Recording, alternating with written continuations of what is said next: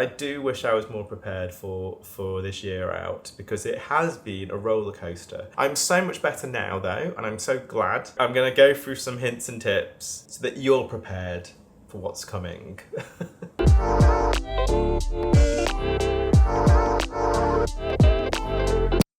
I've timestamped each kind of tip within this video, so feel free to jump to any section that you feel is relevant. Firstly, I'm going to give you guys a background where I'm coming from, just to give you some context. So hello, I'm Fran. I left my job last year, which was a big decision when I think about it. I've been working in corporate for 15 years. I headed a whole creative department. Firstly, I'm coming from a place of gratitude from my corporate life. I really enjoyed being in corporate. Yes, there are some elements of it that's tricky to navigate around, but all in all, I love the people I was working with. I love my team. I love my salary. I really enjoyed the support. I really miss the friends that I made at work and my colleagues. I think they really are, getting a bit emotional, big part of who I am and what I loved about what I did. But right, get back to normal. It came to the point where it was about career progression. As I got more senior in the management consultancy role, the role was more business oriented. And I love business strategy. So don't get me wrong, I really focused on that area in my work and really enjoyed it. But I was gunning for the next promotion, but the next promotion would have got me to that really, really high level where I would have basically had a target on my head. Those business targets were like millions, which kind of blows my mind to think about. Like, that's what you're dealing with. That target would then reset every year, and then you'll be given a higher target. So it would just keep going and going. And I just felt like if that's the future of my career, just winning business, then I'd rather win business for myself than for a company, if that makes sense. Me quitting and me leaving with a redundancy package was the best outcome for me last year. And I liken it to an absolute point. So if you're a Marvel fan, you'll know what an absolute point is. It basically is, in your multiverse timelines, an absolute point is something that has to happen. It has to happen in that timeline. And so me leaving my job had to happen at some point. I was never ever going to fulfill the career progression and projection of winning business, being a business lead and being a consultant in that way. I just wasn't for me. Hello, I've decided to move point to make it more interesting. So back to my tips. Tip number 1 is save money. You need money to take a break. Whether that's a sabbatical or a year out, are the same thing. Whether it's a year out or you're taking a break from work and you want to reset your career, you need money. For sure. I'm just gonna wear these. It doesn't matter. Can't find the glasses that I wore. One of the things that I was reading online was the need for an emergency fund in case you do lose your job. And the suggested amount was like 3 months to 6 months. I'm just like, there's no way anyone can get a job. Well, I definitely couldn't. 3 to 6 months is not enough. You need to have at least 1 year. I'm suggesting 1 year, but in reality, just because I'm quite risk averse, so I've saved up more than a year, and I think it's really important that you need to be realistic about it. I use this thing called the 4-wall technique, the 4-wall budgeting technique, which basically, I've got another video talking about it, which is about like how much it costs to live in London. You can watch that as well. It basically lets you know exactly how much you need to survive. If you're thinking about taking some time out or changing a career or doing anything different or taking a break, save your money. Save your money to do it, because otherwise you'll just be in Desperadoville. Okay, guys. Tip 2 is to remember that you're so much more than your career.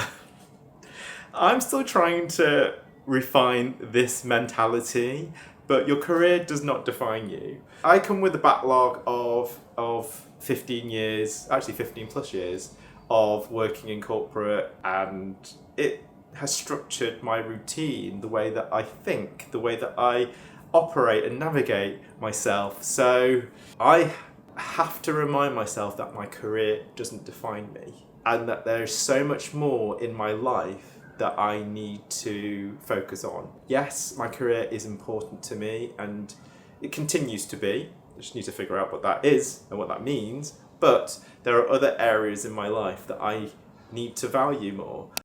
Tip number 3. So another tip is take a break. I kind of gave myself a little sabbatical time out right after I left last August. So the end of August, I decided to go travelling, and I absolutely loved it.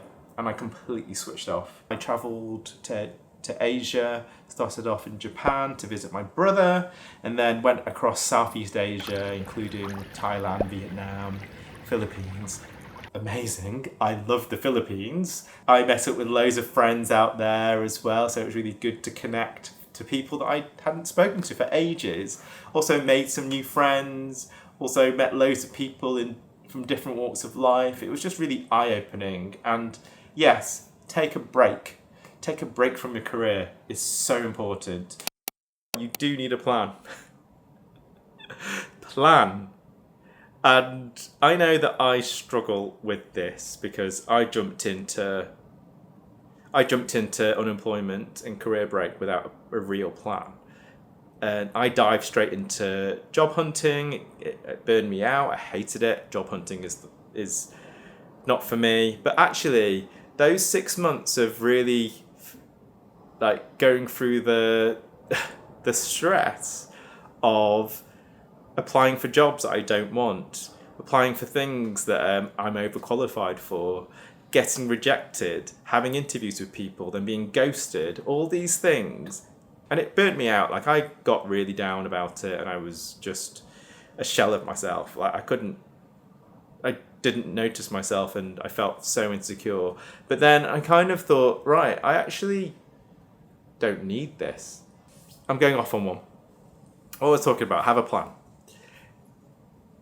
It really has, I guess like what I'm trying to say is the 6 months has really taken its toll on me, that I find it hard to really envision long-term goals.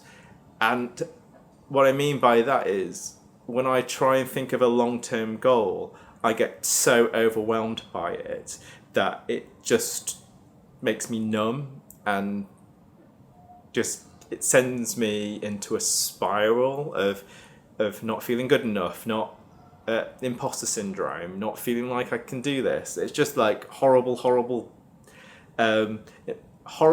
saboteur mentality, which I just need to throw away and not listen to. But where I've got to with this about setting goals is, yes, I would love to have a big long-term goal, but I can't do that right now.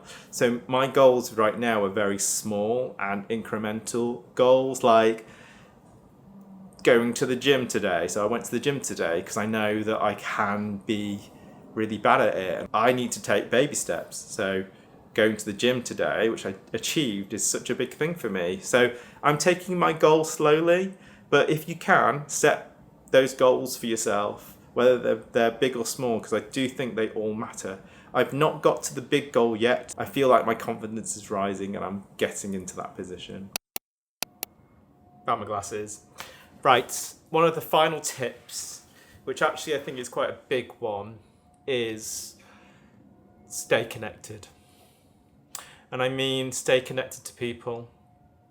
One of the hardest things about taking a year out is how disconnected you can feel from reality, especially when you've got like lots of friends who are currently working, lots of friends and family who are currently working, and people getting on with their lives. Now, it might be different for different people in different situations. I live by myself.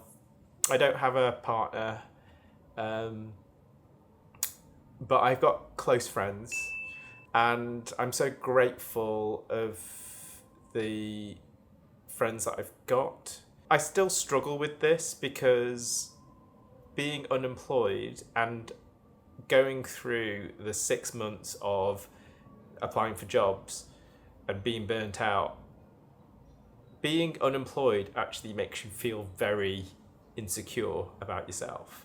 And like I said, you don't feel motivated in speaking to people.